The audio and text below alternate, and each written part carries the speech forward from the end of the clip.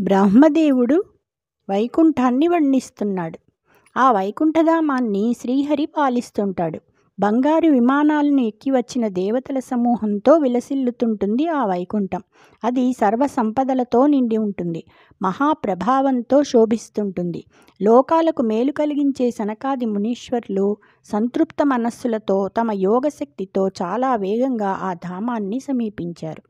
మరకతరత్న తోరణ సమంచిత కుట్య కవాట దేహళీ విరచిత షట్సు కక్ష్యలరవిందదళాక్ష విలోకనోత్సవాదరమతినన్యముంగనక దాటి అనంతర కక్ష్యయందు ఇద్దరనుదదీయ పాలురనుదార సమాన వయో విశేషులన్. శ్రీహరి దర్శనం చేయాలనే తొందరలో ఆ మునులు ఇతర విషయాలు ఏవీ పట్టించుకోకుండా వేగంగా 6 కక్ష్యలు దాటారు.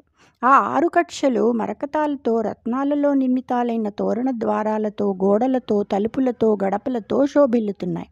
7వ కక్ష్యలోకి వచ్చిన వారు దానికి కాపలాగా ఉండే ఇద్దరిని చూచారు. ఆ ఇద్దరు సమాన వయస్కులుగా ఉన్నారు. జై శ్రీకృష్ణ.